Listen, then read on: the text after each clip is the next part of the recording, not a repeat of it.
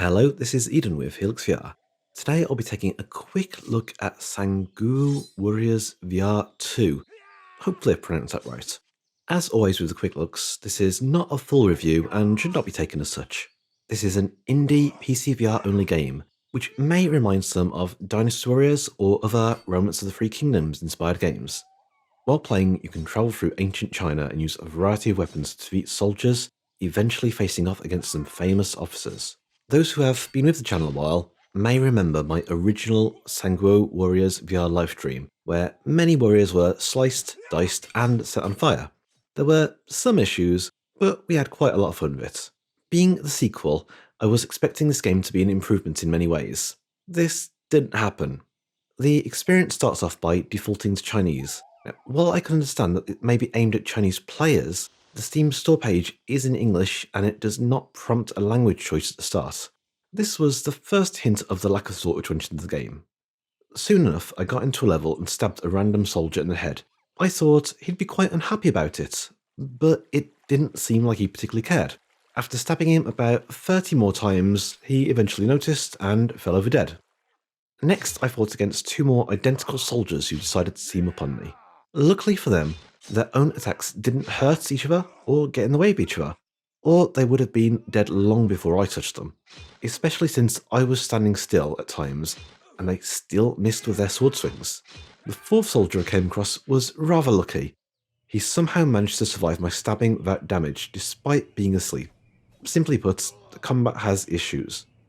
Melee weapons can block each other, which is a positive. It doesn't always seem to work admittedly, but I always do like it when I can knock a weapon out of the way with skill. The bow was interesting. It worked decently enough, except when I used charge shots. Charging a shot to send a few flaming arrows is a good idea, but they sometimes just didn't seem to do damage. Movement was an issue too. I could not move smoothly with smooth locomotion. It seemed like I spent more time trying to find land I could actually walk over and not get stuck, than actually moving. This is one game I would recommend the teleport for. At the end of the level, you can experience a boss fight. The first boss was Guan Yu with his famous green dragon crescent blade. His attack patterns change as you wear him down, which did make things more interesting. It was a bit disappointing that by standing on a very slight hill and peppering him with arrows, he couldn't actually attack me for the first phase though.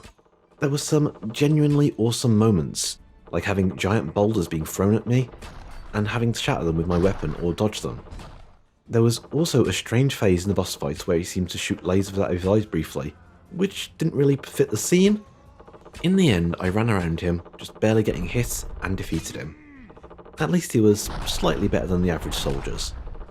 Now, looking at graphics, the looks are actually fairly good. The performance is terrible though.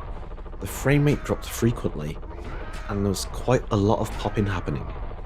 The audio didn't really make much of an impression at all. The prequel to this game did have its issues as mentioned. I remember falling through the floor a few times for one. This game though, I went in with low expectations, maybe it'd be something fun and not polished, maybe a bit buggy, but I was still disappointed. It could have been so much better. It's rare that I say this, but this is one of those where I just say not to waste your money.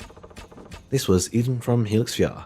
As always, if you'd like to see more content like this, please remember to like, subscribe, and hit the alert button to see notifications when we upload a new video.